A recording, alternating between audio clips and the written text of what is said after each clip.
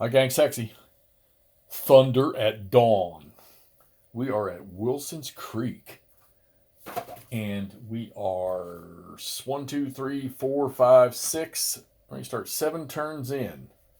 When was this thing fall? August 10th of 1861. I think I said that once already.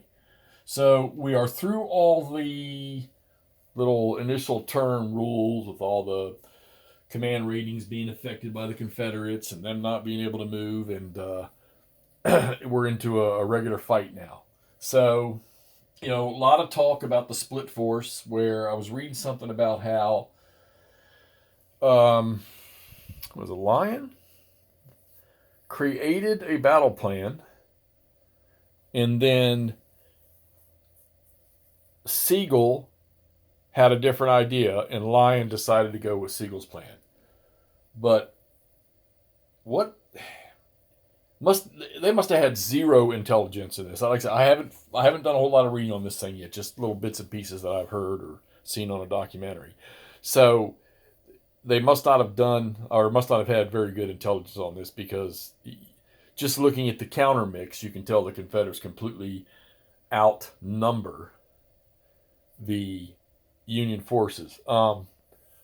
What I am baffled about, I might need to do some digging, because I want to say that somebody passed on to me that the troops arrived on the battlefield for the Confederates, bringing weapons to these units, or supposedly bringing weapons to these units that did not have any weapons. And there's quite a few on here that don't have any.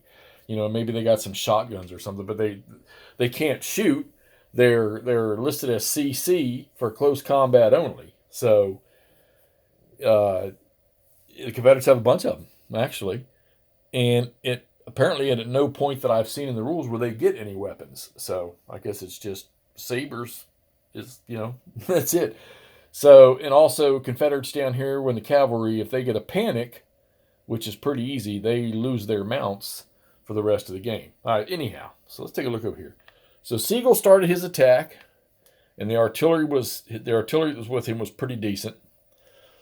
And he pushed up into the field, chased off some of the stuff, and then McIntosh got activated eventually, and he was able to move down in here, and sort of, you see what happened. Siegel's already got one regiment on the broken track over there, and now Pierce is about to show up.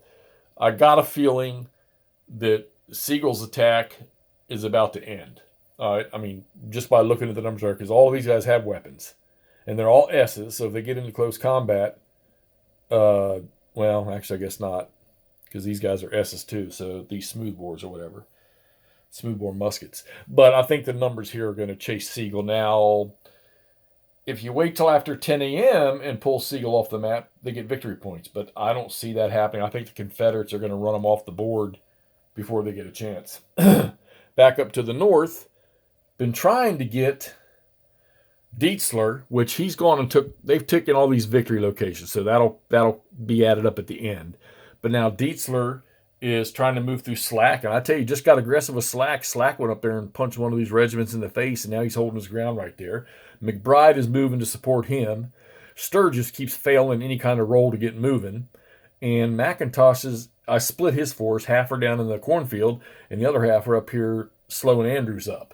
So I don't know how long this one's going to last, because if they deal with this force here, and then they deal with Sigel down there, then the Confederates can turn and focus everything on, 2 brigades up here? And the Confederates are sitting on how many? 1, 2, 3, 4, 5, 6, 7, 8 brigades and some artillery? Yeah, I don't know how this one's going to go. So, all right, but we're going to keep pushing. We're trying to get Dietzer to come down off of Bloody Hill and push towards where all the supply wagons are and where McCulloch's headquarters is. Sturgis has got to get in here and help these guys with McIntosh right here, because McIntosh is about to get Rains as support. And then eventually, excuse me, Clark and Parsons will move here to support Slack with McBride. And then once they run Sigel off, you'll have Pierce's entire brigade, and the other half of McIntosh's brigade will come back. So, well, let's get in the fight in this thing. Again, the blind source system, this is moving along really, really well.